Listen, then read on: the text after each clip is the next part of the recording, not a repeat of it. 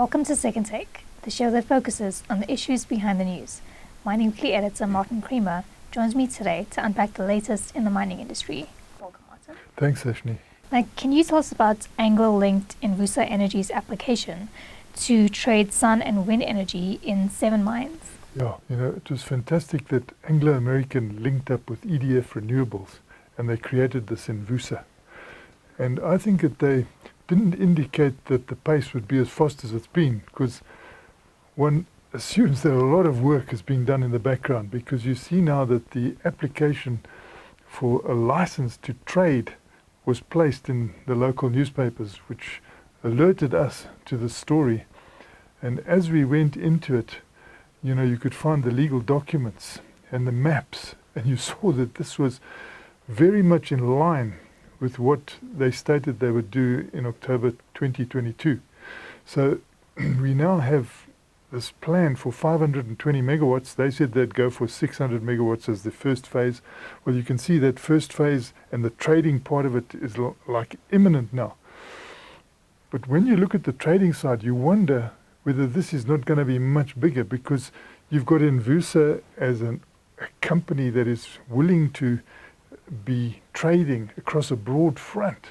Already they're in 4 provinces, and they've got 7 mines that are going to get this 520. You see it's a mixture of 240 megawatts of solar power and then 2 instances of wind power with 140 megawatt each.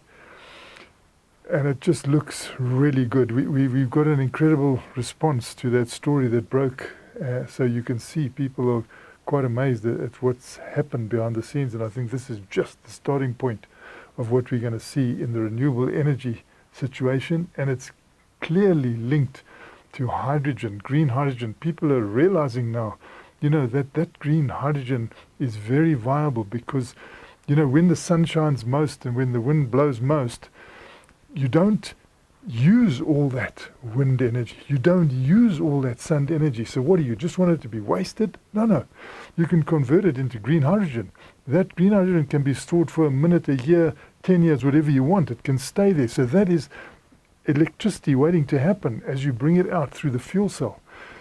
So I think this balance is now being seen between, the renewable energy and the green hydrogen, and it can be fantastic for South Africa. Now, speaking of green hydrogen, can you tell us about the collaboration between Anglo American Platinum, BMW and Sasol? And just look at that, I know the COP meeting is coming on, and probably they want to be reporting good things ahead of COP, but this was a great announcement. And BMW coming into this, very, very important, because you need those car manufacturers, you need those cars to be opting for fuel cell electric vehicles. FCEVs, we've had so much about EVs, and EVs have dominated.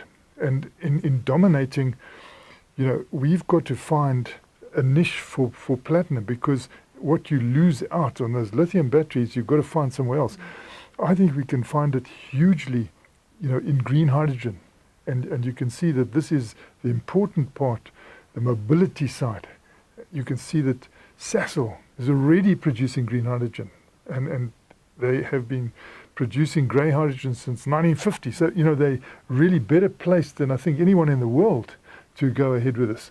And you've also got Anglo American Platinum ready with the platinum side of it.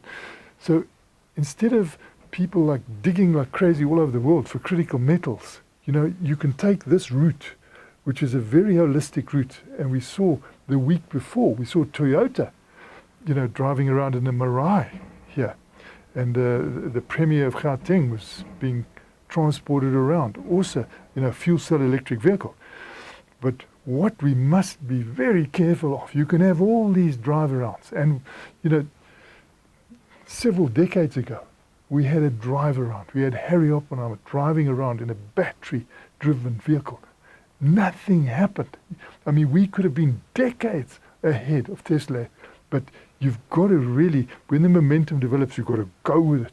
And that's why I'm so pleased that now the commercialization of our green hydrogen, that strategy has been approved at presidency level.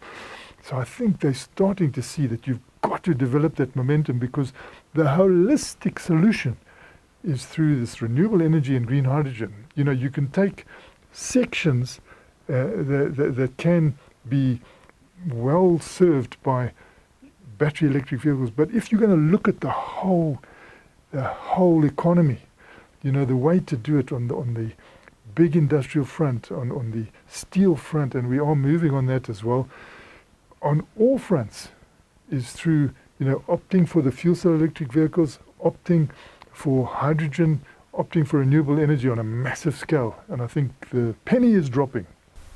And lastly, tell us about the 1 billion rand solar project that will see Tharisa Minerals reduce its carbon emissions by 30%. Yes, and you know, this is also important. You've got platinum group companies that actually want to put forward a very good situation when it comes to carbon footprints.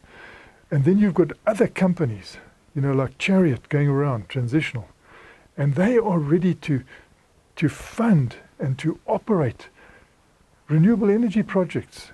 And when I spoke to them, they're also ready to enter the green hydrogen space. So you have them, along with Total Energy, coming together and moving into this area where they can supply a platinum group metal and chrome mine like Tharisa in a fantastic way, because here Tharisa's carbon footprint drops and it's setting a pace for them 30% down. But at the same time, they're getting a situation where all they need to do is to agree to buy this renewable energy. And that's a fantastic position for the mining companies to be in. They're big users of this, so these companies want to link up with them. And also, you know, this company, Chariot, wanting to go throughout Africa. I mean, they see South Africa as a good starting point. But the momentum is building, as you can see. Prepared to invest that 1 billion. This takes a lot of advantage for the platinum group metals companies. They don't have to outlay that funding. They can just agree to buy, and they can get going on the decarbonisation front in a very good way. Thanks for speaking with us, Martin. Great pleasure, Sashni. That's it for today. Join us again next week for more news analysis on the local and global mining industries. To subscribe to Creamer Media's Engineering News and Mining Weekly, please email subscriptions at creamermedia.co.za.